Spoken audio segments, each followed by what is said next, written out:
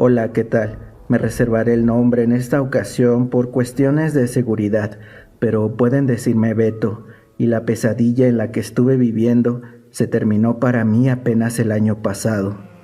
Por ahí del 2016 entré a trabajar como chofer gracias a la recomendación de un amigo, quien a su vez trabajaba para un empresario, y este estaba en busca de un nuevo chofer. Mi amigo llevaba alrededor de 5 años trabajando para esa persona y era alguien de su completa confianza.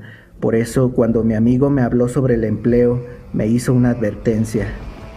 Mira, Beto, las personas ricas son algo especiales, les gusta el sigilo y pueden ser algo arrogantes. Quizá haya veces en que veas cosas extrañas, pero mientras te limites a hacer tu trabajo, no tiene por qué afectarte. Además, la paga es muy buena. Yo acepté pensando que no sería la gran cosa a lo que se refería. Además, llevaba varias semanas sin empleo. Anteriormente andaba como conductor de Uber, por eso me conocía muy bien la ciudad. Además de que practiqué boxeo y defensa personal algunos años, mi estado físico era excelente. Mi amigo sabía todo esto, por eso creyó que encajaría muy bien en el puesto. Me presentó con su patrón y unos días después inicié a trabajar con ellos. Primero me asignaron a ser el chofer de la familia. Me encargaba de llevar a los hijos al colegio y a donde fuera necesario. También movía a la esposa donde ella quisiera. Poco tardé para darme cuenta de la clase de vida que llevan esas personas. Los hijos eran unos adolescentes, una chica de 15 años y un joven de 16. Pero los dos tomaban demasiado para su corta edad. Les encantaba la fiesta y siempre se metían en problemas. Por otro lado, la señora se la pasaba con amigas y con amantes. Pensé que a eso se refería mi amigo cuando me hizo aquella advertencia. Por eso lo dejé pasar con un simple, pues cada quien su rollo, ¿no? Pasó el tiempo y me fui acostumbrando a todo eso, aunque a veces me tocaba ver cosas más extrañas. Cuando recogía a ese par de adolescentes, notaba manchas de sangre en su ropa o hasta en el cuerpo, y si ellos me hacían plática, les preguntaba qué les había pasado, pero solo bromeaban y decían que se habían peleado o algo por el estilo. Una ocasión me sorprendió un poco más, pues tuve que ir a recogerlos a ellos y a su mamá a un bosque muy conocido en la Ciudad de México, a altas horas de la noche. Cuando entraron al carro, noté que estaban temblando y se veían algo choqueados. Les pregunté si estaban bien, pero la señora me dijo que solamente los llevara a su casa y que no hiciera más preguntas.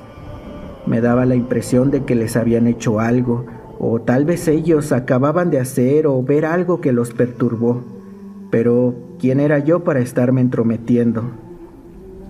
Poco después, como todos sabrán, en 2018 hubo un cambio de gobierno y era muy notorio que había demasiado movimiento en el círculo empresarial de nuestro jefe. Mi amigo y yo debíamos turnarnos para cubrir tantos compromisos del patrón. Era la primera vez que me tocaba trabajar con él. Normalmente mi amigo era el encargado de todos los asuntos relacionados al señor, pero creo que nos sincronizamos muy bien. Cuando me tocaba llevarlo a mí, el señor hablaba mucho por teléfono con diferentes personas. Se notaba preocupado, pero sobre todo muy molesto. Decía que perderían mucho dinero él y sus socios al haber apoyado a las personas equivocadas y que la gente nueva que llegaría al poder solo serían un dolor de huevos para todos ellos, que era el momento de echar a andar el plan Colosio. No tengo idea a qué se refería, pero lo mencionaba una y otra vez, insistiéndoles a las personas con las que hablaba.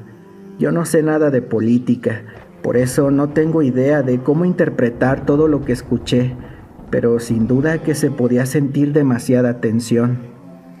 Un día mi amigo se ausentó por un buen rato. Fue en el tiempo en el que inició la pandemia. Pescó la enfermedad esa del COVID y no pudo presentarse a trabajar varias semanas, así que yo tomé su lugar como chofer único del señor. Para entonces ya me tenía la suficiente confianza y a mí la verdad poco me importaba lo que veía o escuchaba de su parte, pues lo único que me interesaba era echarle ganas al trabajo para comprar mi casita. Esa fue mi meta y la razón por la que aguanté tantas cosas de esa gente. Cuando llevaba al señor al edificio donde tenía su despacho, allá en Santa Fe, me obligaban a ver cómo golpeaban a algún empleado, él y otras personas, supuestamente para enseñarles una lección por haber hecho algo mal o cosas así. También me mandaba a recoger mujeres para llevárselas a su oficina o a algún otro lugar. Digamos que hasta ahí, todo eso yo lo seguía teniendo en el concepto de que esa gente rica es diferente a nosotros y sus formas de divertirse o liberar el estrés eran muy distintas a las mías, por ejemplo, pero nada como para espantarse. Sin embargo, esto cambió cuando me empezó a mandar a entregar maletines y obsequios a diferentes personas. Ahí fue que inició todo lo malo en mi vida hasta ahora, pues tuve que visitar lugares como la Suprema Corte, edificios muy lujosos en toda la ciudad y lugares que jamás me imaginé que visitaría, como el Senado de la República. Me pude ir dando cuenta de que existía una especie de cofradía, una hermandad de la que formaban parte empresarios, políticos, jueces y magistrados, y quién sabe qué tanto más. Cada que mi jefe se reunía con algunas de estas personas en privado, se saludaban de una manera un tanto extraña, como si tuviesen una especie de código entre ellos. Unos días después, mi amigo regresó al trabajo y yo empecé a hacerle preguntas. Él me citó en un bar para poder platicar mejor. Ahí fue que me contó todo. Inició preguntando si no me habían obligado a hacer algo. Yo respondí que no, más que lo que ya les he contado a ustedes. Entonces dijo: menos mal. Mira, Beto, te voy a decir la verdad. Esa gente para la que trabajamos forman parte de una secta. Son un montón de millonarios que tienen gente metida en todos los niveles de poderes de este puto país, en el poder judicial, en esa cosa llamada INE, en las cámaras de diputados y senadores, en todo tipo de organizaciones y hasta donde ni te imaginas.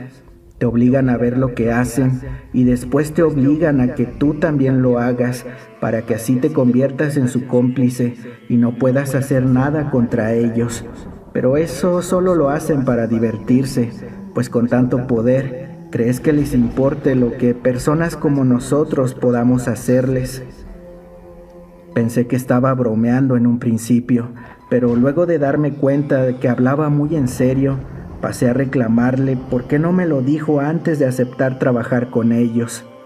Él solo respondió que nunca se imaginó que fuera a durar tanto en el empleo, y como sí me veía necesitado de trabajo, pues quiso hacerme el paro para alivianarme. Estuvimos platicando un buen rato más. Me confesó que él ya formaba parte de esa secta, al igual que la mayoría de empleados de la familia, que adoraban al diablo porque según sus creencias, el demonio era un ser celestial para ellos que les brindaba poder a cambio de su devoción. Me aconsejó abandonar el trabajo antes de que fuera demasiado tarde, y así lo hice. Presenté mi renuncia sin falta al día siguiente.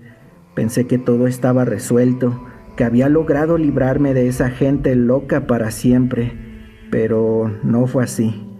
Unos días después, llegando a mi casa, unos sujetos me abordaron cuando abría la puerta, me subieron a una camioneta, arrancaron y en el camino iban golpeándome y lanzando un montón de amenazas contra mi persona. Me llevaron a un lugar desolado, una zona como abandonada. No tengo idea en dónde era, ni siquiera sé si aún estábamos en la Ciudad de México. Me llevaron con una persona que ya nos esperaba. Era mi amigo, el mismo en el que confié, tanto para entrar como para salirme de ese trabajo. Estaba cruzado de brazos y vestía un traje muy elegante, diferente al que usábamos para trabajar. Le pregunté que qué estaba pasando, de qué se trataba todo eso. Él me dijo: «Ay, Betito, desde que te conozco siempre has sido muy ingenuo, aunque lo que te dije es cierto.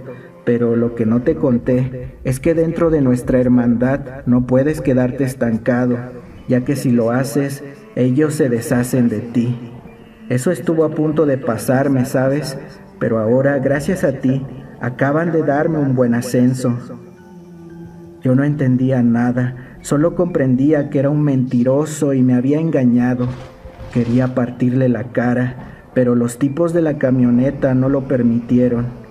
Me dijo que llevaba tiempo reuniendo información de todos los miembros de la secta, que planeaba hacer algo con todo eso.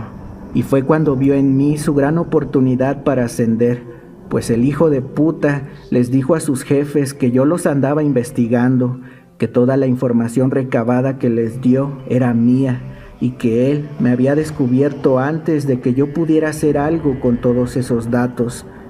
Gracias a eso lo recompensaron y le pidieron que se hiciera cargo de mí.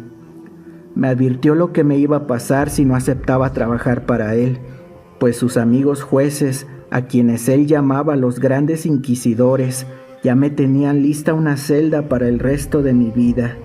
No me quedó de otra que aceptar sus condiciones, así que pasé a formar parte de su logia masónica. Me iniciaron en una especie de ritual teatral. Varias personas vestían atuendos como medievales y hacían diferentes cosas que yo no entendí.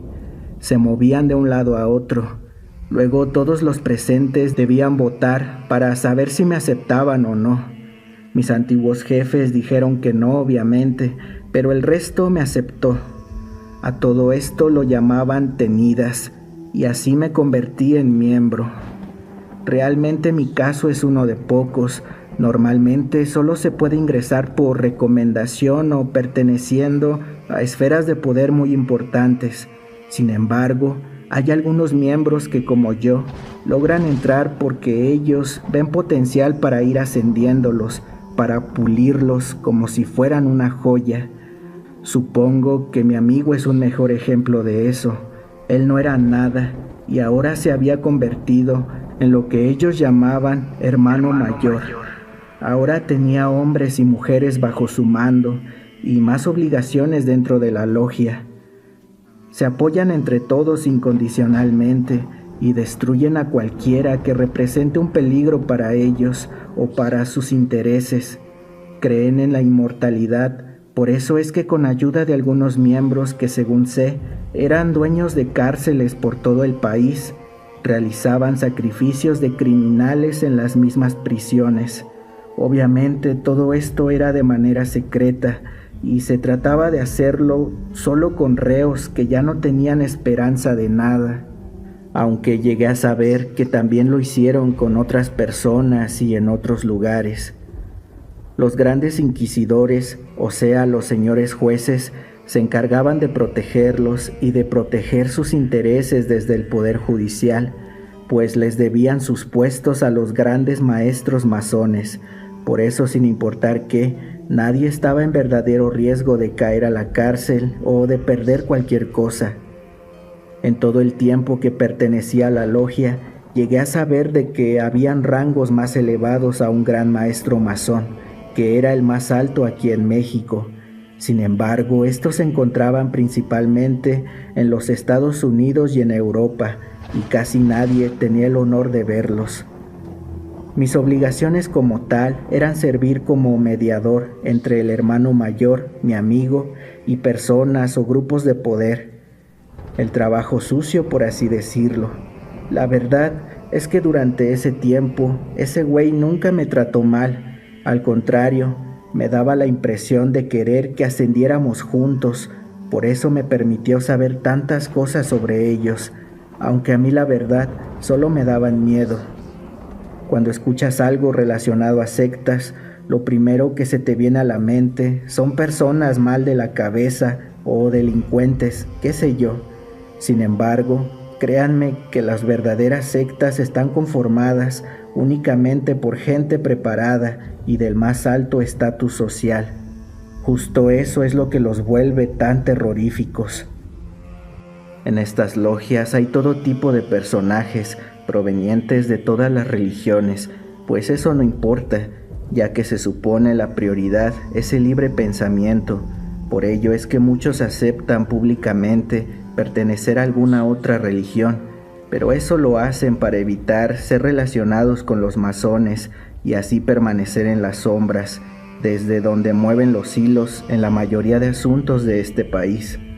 Lo único que puedo decir al respecto es que hay 2 señoras a las que les han dado el voto de confianza para lo que viene.